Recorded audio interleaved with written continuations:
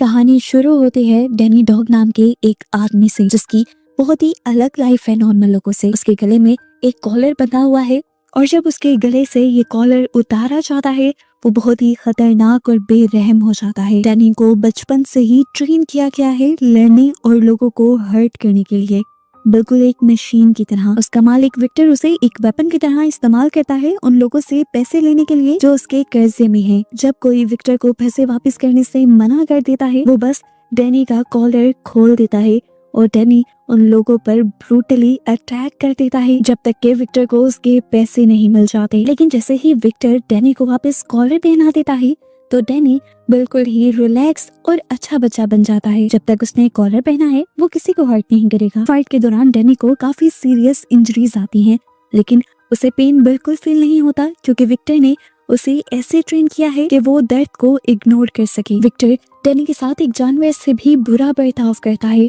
उसे कोई रिस्पेक्ट नहीं देता, सोने के लिए कोई प्रॉपर रूम नहीं देता, उल्टा डैनी को एक केज के अंदर सोना पड़ता है बिल्कुल किसी डॉग की तरह। एक दिन फाइट के बाद जब डैनी वापस आता है तो उसके सर से काफी खून बह रहा होता है। विक्टर का आदमी उसे बोलता है कि डैनी इंजर्ड है, लेकिन विक्टर कोल्डली कहता है बस इसे बैंडेज दे दो और ये खुद लगा लेगा। बेचारे डैनी का दिमाग एक बच्चे के जैसा है और हम फील कर पाते हैं कि उसे आज तक बैंडेज लगाना तक नहीं आती क्योंकि उसने आज तक बाहर की दुनिया देखी ही नहीं। उसकी पूरी जिंदगी इसी कैब में गुजरी है बिल्कुल अकेले, यहाँ तक कि उसने आज तक किसी से बात भी नहीं की। एक रात डैनी को अपने केज में एक बुक मिलती है जिसमें अल्फाबेट्स और ड्राइंग्स बनी हुई हैं। जैसे ही वो पेजेस पलटकर पिक्चर दिखता है उसे एक पियानो की ड्राइंग दिखती है। जब डैनी उस पियानो ड्राइंग को टच करता है तो उसके अंदर कुछ हिल जाता है, जैसे उसका उस पियानो से कोई पुराना कनेक्शन हो। अगली सुबह विक्टर डैनी को लेकर एक बॉक्सिंग क्लब ऑनर से पैसे लेने जाता है। ऑनर भी वहाँ पर एक बहुत बड़ा रेसलर ले आता है, ये सोचकर कि विक्टर इस रेसलर को लेकर यहाँ से भाग जाएगा। लेकिन जब डैनी आसानी से क्लब के बड़े बड़े फाइटर्स को उठा कर पटक देता है तो वो बड़ा रेसलर भी पीछे हट जाता है और अपने बॉस से बोलने लगता है कि बस पैसे दे दो। सबको डर लग रहा था कि पता नहीं डैनी उनके साथ क्या कर देगा। इसके बाद विक्टर उसे एक बहुत ही डेंजरस आदमी के पास ले जाता है जो कि डायमंड्स स्मगल करता है। इस आदमी से विक्टर बहुत ही अच्छे से रिक्वेस्ट करता है अपने पैसे वापस मांगने के लिए क्योंकि वो जानता है कि ये आदमी स्मार्ट है और पावरफुल है। पर जब वो आदमी पैसे देने से मना करता है तो विक्टर अपनी दूसरी मूव चलने का फैसला करता है और डैनी को उन पर छोड़ने का फैसला करता है। लेकिन ये आदमी पहले से जानता था कि जब तक डैनी का कॉलर ना उतारा जाए तब तक वो कुछ नहीं करता और अगर डैनी का कॉलर उतारा तो वो सब मर जाएंगे। इसीलिए वो विक्टर को डैनी को रिलीज करने से पहले ही पकड़ लेते हैं और फिर उसके आदमी विक्टर को बुरी तरह मारते हैं। लेकिन डैनी यहाँ पर कुछ भी नहीं करता क्योंकि उसने कॉलर अभी भी पहना हुआ था। उसे यही ट्रेनिंग दी गई थी कि जब कॉलर उतरेगा उसने तभी मारपीट करनी है। विक्टर की जब काफी बुरी हालत हो जाती है तो वो स्मगलर अपने आदमियों से कहता है कि पहले विक्टर को मार दो और फिर डैनी को, और खुद वो वहाँ से बिजनेस डील करने के लिए चला जाता है। विक्टर मुश्किल से इन लोगों से बचकर निकल पाता है और जाकर सबसे पहले डैनी के पास उसका कॉलर उतार देता है और उसे ऑर्डर देता है सबको खत्म करने का। जैसे ही कॉलर उतरता है डैनी एक बीस्ट में ट्रांसफॉर्म हो जाता है, एक मॉन्स्टर बन जाता है वो और बुरे तरीके से सभी गैंगस्टर्स पर टूट पड़ता है। एक एक को बुरी तरह पीट कर वो मार देता है। फिर विक्टर डैनी को लेकर जाता है जहाँ वो स्मगलर बिजनेस डील कर रहा था। डैनी उस आदमी को पकड़ लेता है और जोर जोर से पटक कर मारता है, यहाँ तक कि उसकी सारी अकड़ भी निकल जाती है। वो स्मगलर विक्टर से गिड़गिड़ाने लगता है कि वो जो चाहे ले जाए बस उसकी जान छोड़ दे। विक्टर जानता था कि ये आदमी डायमंड्स और गोल्ड स्मगल करता है, इसीलिए वो उसके डीलिंग वाले बैग में से सारी ये कीमती चीजें उठा लेता है। टॉम नाम का एक आदमी ये फाइट देख रहा था दूर खड़ा होकर। वो डैनी की फाइटिंग स्किल्स से बहुत ही ज्यादा इम्प्रेस हो जाता है। मेनवाइल विक्टर को गोल्ड और डायमंड मिल गए हैं पैसे की जगह, लेकिन वो अभी भी डैनी पर बहुत ही गुस्सा है क्योंकि जब गैंगस्टर्स विक्टर को मार रहे थे तब डैनी बस खड़ा होकर ये सब देख रहा था। विक्टर डैनी को दोबारा डांटता है कि वो लोग मुझे मार रहे थे और तुम जानवर की तरह खड़े हुए देख रहे थे। तुम इंसान नहीं, आज तक जानवर के जानवर ही हो और जानवर ही रहोगे।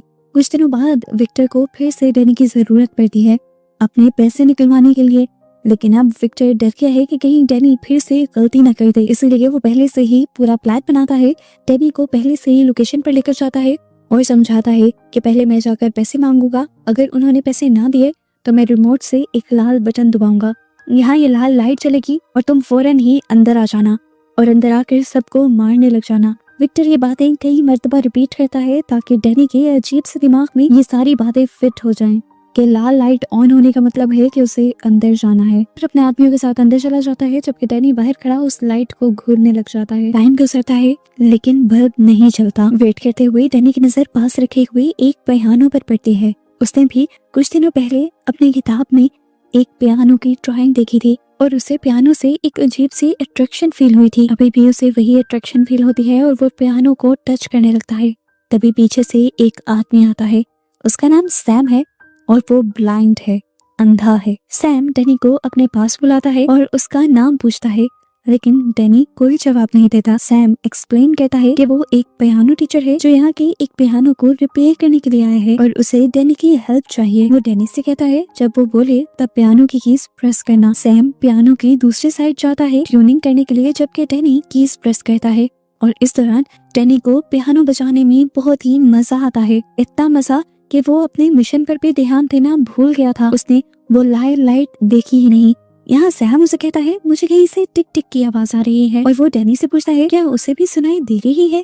ये सुन के डैनी जल्दी से उस लाल लाइट को देखता है जो कि जल रही थी।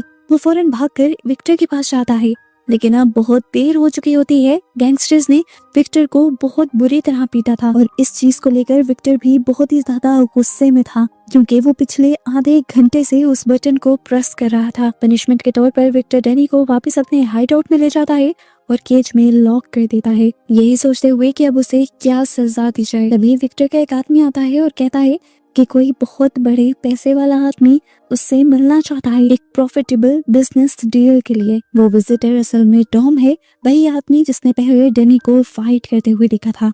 टॉम विक्टर को बोलता है उसने डैनी की फाइटिंग स्किल्स देखी हैं और वो एक डील करना चाहता है। वो हर महीने एक फाइट ऑर्गेनाइज करता है जहां विनर को इतने पैसे मिलते हैं जितने विक्टर सोच भी नहीं सकता। लेकिन ये फाइट इलीगल होती है और बहुत ही ज्यादा ब्रूटल होती है। इस फाइट को जीतने के लिए दूसरे फाइटर को मारना पड़ता है।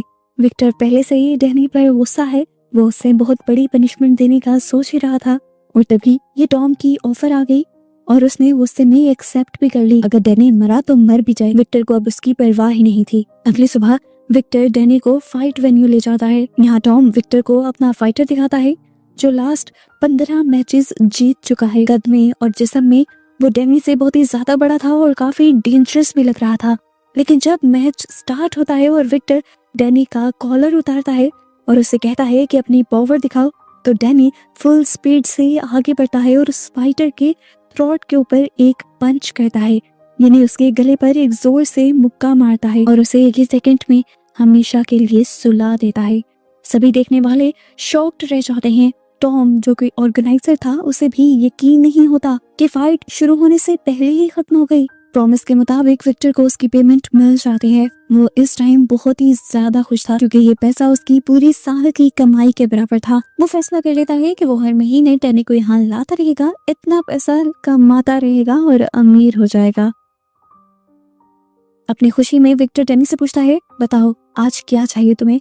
डैनी थोड़ी देर चुप रहता है और फिर कहता है मुझे एक पियानो चाहिए। विक्टर उसका मजाक उड़ाते हुए पूछता है अरे तू पियानो का क्या करेगा। इस टाइम जब वो बात कर रहे होते हैं तभी अचानक उनकी कार का एक ट्रक के साथ एक्सीडेंट हो जाता है और उनकी कार पलट जाती है। कुछ आदमी वेपन्स लेकर बाहर निकलते हैं और उन पर गोलियों की बरसात कर देते हैं। ये सारे उस गोल्ड स्मगलर के लोग थे जिसे डैनी ने कुछ दिन पहले पीटा था। इस हमले में सभी लोग मर जाते हैं डैनी को छोड़कर, जो बच के निकल जाता है और सीधा उस जगह पर पहुंचता है जहां उसने सैम से पहली बार मुलाकात की थी।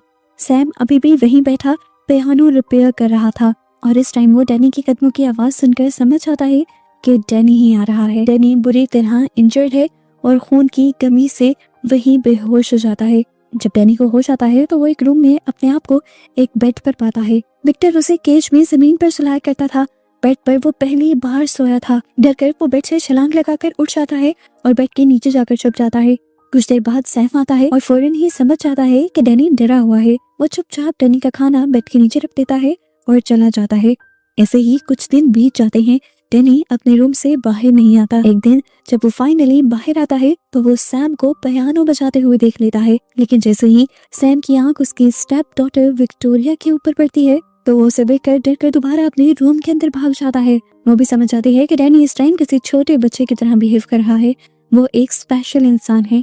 इसीलिए वो सैम से पूछती है कि डैनी को आखिर क्या पसंद है। सैम उसे बताता है कि डैनी को म्यूजिक पसंद है। ये सुनकर विक्टोरिया जल्दी से एक छोटा सा पियानो उठाती है और डैनी के रूम में ले जाती है। इस टाइम भी वो बेड के नीचे ही छुपा हुआ था। वो उसे पियानो देती है और यहाँ से चली जाती है। बाद में जब सैम और विक्टोरिया डिनर कर रहे होते हैं तो डैनी पियानो लेकर बाहर आता है। सैम उसे इनवाइट करता है, कहता है चलो आओ डैनी, मिलकर खाना खाते हैं। डैनी उनके साथ तो बैठ जाता है, लेकिन उसका खाने का तरीका बहुत ही ज्यादा अजीब था। वो किसी कुत्ते की तरह खा रहा था, इंसान की तरह नहीं।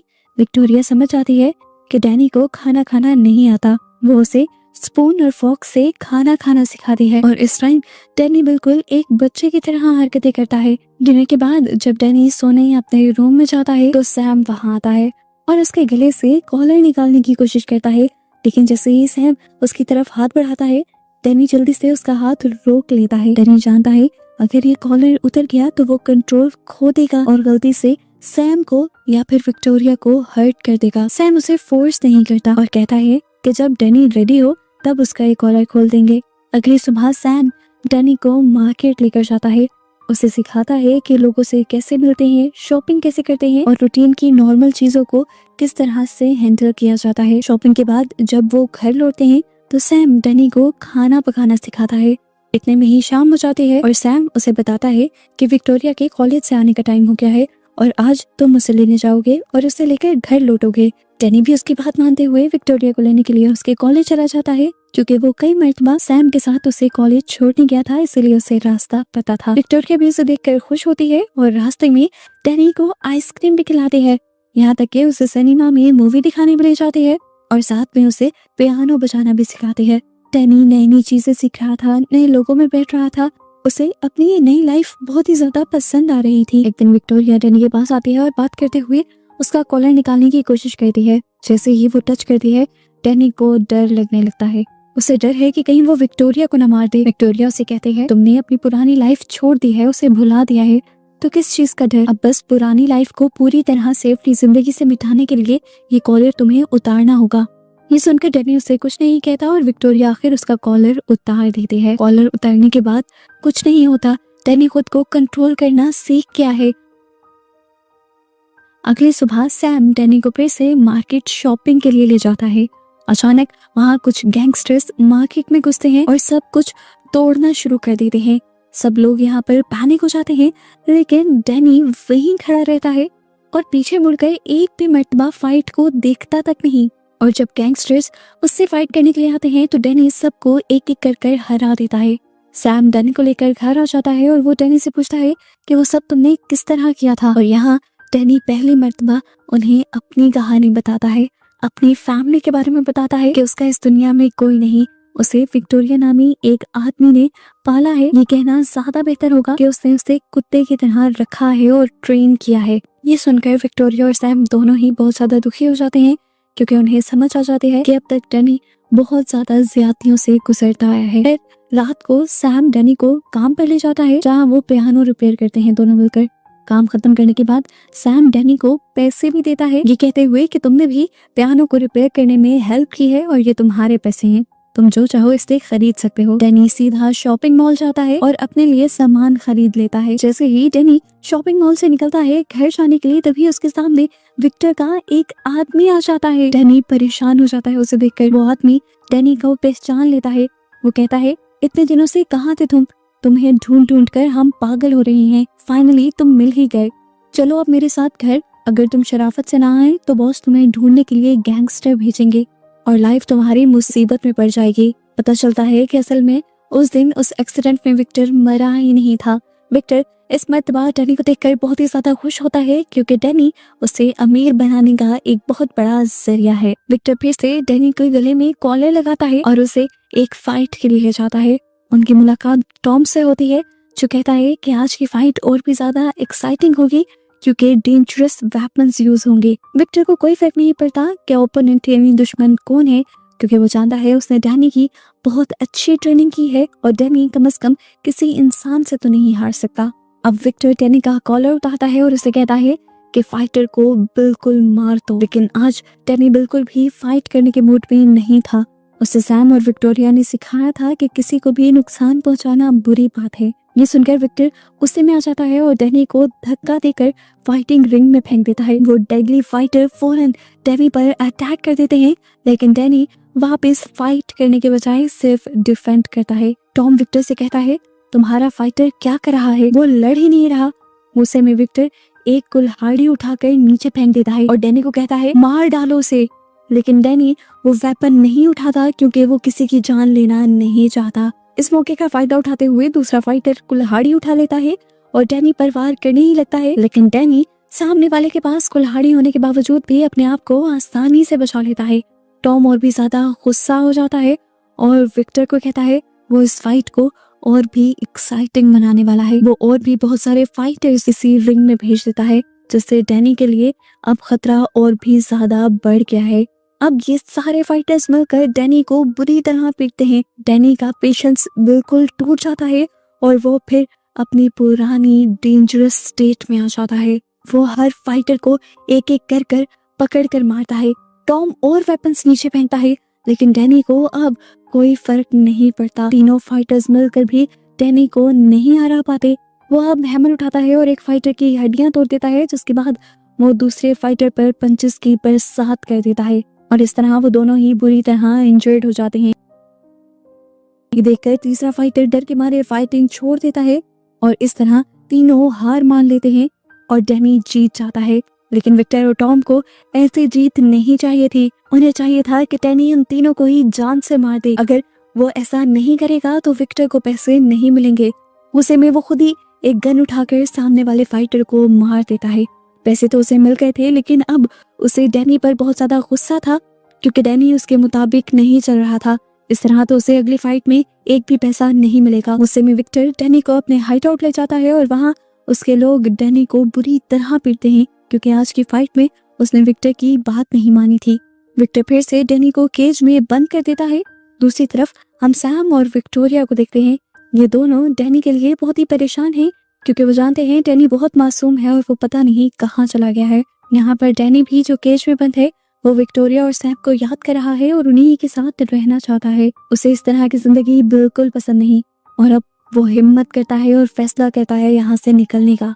जैसे तैसे वो अपनी केज से बाहर निकलता है और फौरन विक्टर के रूम में जाता है, जहाँ इन्वेस्टिगेशन करने के बाद उसे यहीं पर बहुत सारी फोटोज मिलती हैं। उन फोटोज के बीच उसे अपने बचपन की एक फोटो मिलती है जिसमें डैनी अपनी मॉम के साथ खड़ा था। डैनी फौरन विक्टर के पास जाता है और उसे कहता है, तुमने तो कहा था कि तुमने मुझे सड़क के किनारे से उठाया है, लेकिन तुम्हारे पास मेरी माँ की फोटो कैसे आई? तब विक्टर डैनी से कहता है, अच्छा चलो पूछ ही रहे हो तो बता देता हूँ सारी सच्चाई। जानना है ना तुझे, कहाँ है तेरी माँ? तेरी माँ एक प्रोस्टिट्यूट थी, मेरे पास आती जाती रहती थी वो।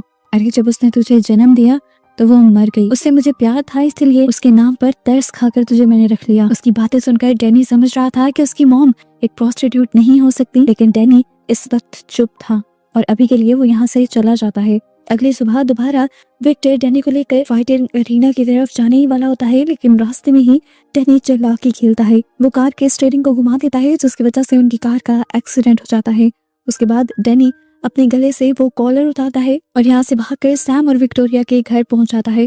वो विक्टोरिया से कहता है कि मुझे अपनी मॉम की पिक्चर मिल गई है। जब वो विक्टोरिया को उस तस्वीर को दिखाता है तो वो डैनी को बताती है कि तुम्हारी माँ बहुत अच्छी फैमिली की औरत है और इस पिक्चर को देखते हुए लग रहा है कि तुम्हारी मॉम एक पियानो टीचर थी, क्योंकि पिक्चर में वो पियानो बजा रही थी। सैम भी वही था और उनकी बातें सुन रहा था। सैम विक्टोरिया से कहता है, पिक्चर में तुम्हें जो चीजें नजर आ रही हैं वो सब मुझे बताओ। विक्टोरिया तस्वीर देखकर जब सारी चीजें बताती है तो सैम बताता है कि डैनी की मॉम ने ये पिक्चर एक ऑडिटोरियम में खिंचवाई है और वो उस ऑडिटोरियम का नाम भी उन्हें बता देता है और ये तीनों अब डैनी की मॉम की बाकी इंफॉर्मेशन लेने के लिए उस ऑडिटोरियम में चले जाते हैं। वहाँ एक बूढ़ी लाइब्रेरियन उन्हें बताते हैं कि ये लड़की कई साल पहले चाइना से यहाँ आई थी और बहुत ही बेहतरीन पियानो बजाती थी, लेकिन एक दिन वो अचानक गायब हो गई। उसका एक बेटा भी था। उसके गायब होने के बाद से उसके बेटे का भी किसी को पता नहीं चला। वो बूढ़ी औरत उन्हें उसकी एक तस्वीर दिखाती है जिसमें डैनी की माँ का चेहरा साफ दिख रहा था। इसके बाद ये लोग घर वापस आ जाते हैं। रात में जब विक्टोरिया डैनी के रूम में आती है तो वो डैनी को दिखती है जो अपनी माँ की तस्वीर देख के उसे याद कर रहा था। ये देखकर विक्टोरिया भी इमोशनल हो जाती है। वो डैनी से उसकी माँ की तस्वीर लेती है और उसे गौर से देखती है।